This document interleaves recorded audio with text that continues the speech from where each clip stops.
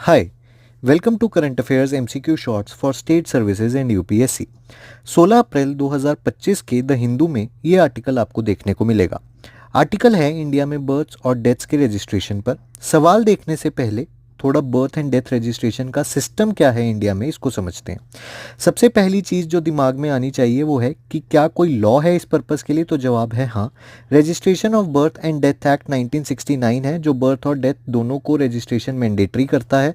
और नेग्लिजेंस के केस में पनिशमेंट और फाइन का भी प्रोविजन है 1000 रुपीज़ का, जो पहले 50 रुपीज़ था, पर 2023 में अमेंडमेंट करके इसे 1000 किया गया। रजिस्टर कौन करता है बर्थ और डेथ को? तो रजिस्ट्रेशन होती है सिविल रजिस्ट्रेशन सिस्टम पर, जो सेंट्रल गवर्नमेंट का पोर्टल है और जिसको कंट्रोल करता है रजिस्ट्रार जनरल ऑफ इंडिया।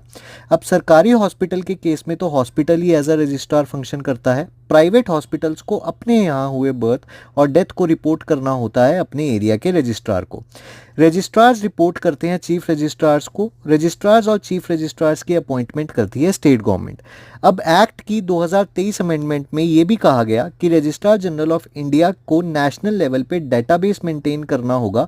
तो ये रजिस्ट्रार्स और चीफ रजिस्ट्रार्स के लिए ऑब्लिगेटरी है कि वो अपना सारा डाटा शेयर करें रजिस्ट्रार जनरल के साथ।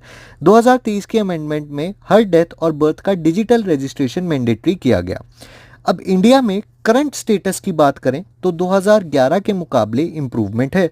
2011 में 82.4% बर्थ्स और 66.4% डेथ्स रजिस्टर हुए, जो अब बढ़कर 90% हो गए हैं। पर अभी भी 10% बर्थ्स रजिस्टर नहीं हो रहे, जबकि प्राइवेट और सरकारी हॉस्पिटल्स को 21 दिन के अंदर बर्थ और डेथ्स के इंसिडेंट्स को रिपोर्ट करना होता है।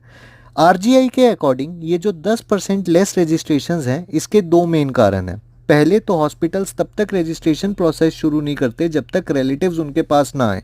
सेकंड, कोई केस में हॉस्पिटल रिलेटिव्स के ऊपर ही अपना काम डाल देते हैं कि जाओ जाके करा लो रजिस्ट्रार के पास रजिस्ट्रेशन। तो एक सीमलेस सिटीजन एक्सपीरियंस नहीं क्रिएट हो पा रहा। अब एक सिंपल सा क्वेश्चन देख लेते हैं। 3 स्टेटमेंट्स गिवन है, करेक्ट स्टेटमेंट बताना है। पहला कि registrar general of India union home ministry के अंडर काम करता है। फर्स्ट तो हर ऑप्शन में है अपने, तो ये तो करेक्ट होना ही है। सेकंड स्टेटमेंट है कि रजिस्ट्रार और चीफ रजिस्ट्रार को स्टेट गवर्नमेंट अपॉइंट करती है, ये भी अभी हमने देखा कि सही है एकदम।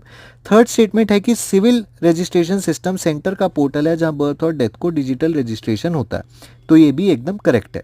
तो आंसर हो जाएगा option A 1, 2 and 3 only. This is it for this short. Subscribe the channel for updates. Thank you very much.